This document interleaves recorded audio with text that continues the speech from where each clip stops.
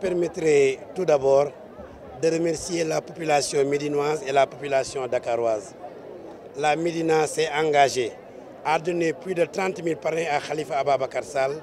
Dakar s'est engagé à donner plus de 100 000 parrains à Khalifa Ababacar Sall.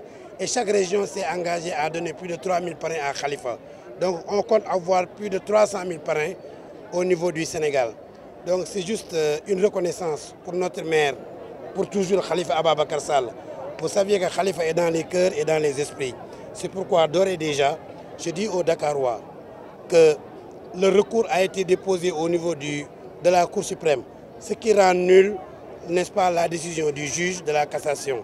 Donc Khalifa aujourd'hui peut être présenté comme un présumé innocent, donc il peut bien être candidat.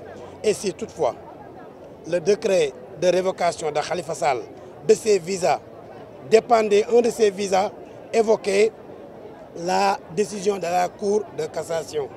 Donc une fois maintenant que cette décision n'existe plus, donc directement on peut penser que Khalifa Sall, la décision, n'est-ce pas, du décret est nulle, compte tenu du fait qu'il s'appuyait sur la condamnation en deuxième instance. Une fois que la condamnation saute, le décret saute. Donc Khalifa Sall, nous ne sommes pas dans la logique de le remplacer. Nous ne voulons pas le remplacer et nous ne le remplacerons pas.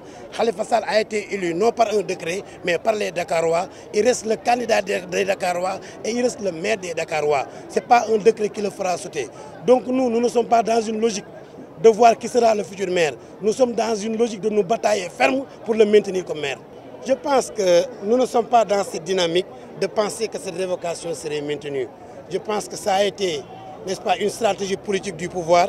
Et nous, notre stratégie de résistance, c'est de faire en sorte que cette révocation soit nulle. Nous ne voulons pas être dans la peau d'un condamné ou dans la peau d'un révoqué. Donc Khalifa Sall n'est pas révoqué pour nous.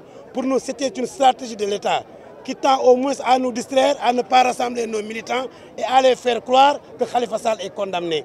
Donc une fois, toutefois aujourd'hui, que nous savons que nous avions déjà déposé le recours au niveau de la Cour suprême, donc pertinemment le pouvoir doit savoir que cette décision de la Cour d'appel de la deuxième instance s'est cassée. Donc automatiquement le décret ne tient plus.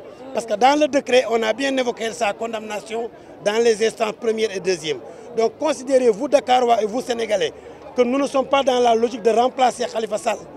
Nous ne sommes pas là pour le remplacer. Nous sommes là pour nous batailler ferme afin de montrer à Macky Sall, Khalifa Sall, un décret ne l'avait pas élu. C'était les Dakarois et leur cœur qui l'avaient élu. On maintient Khalifa Sall, il sera notre futur maire. Nous ne voulons pas son remplaçant, nous le voulons lui, Khalifa Sall. Khalifa Sall a commencé ses activités de campagne toujours à la Médina, comme le Parti socialiste. C'est notre porte-bonheur et je pense que c'est le prétexte pour nous d'inviter le 4 avril prochain. Khalifa serait président et les autres seront invités, Inch'Allah.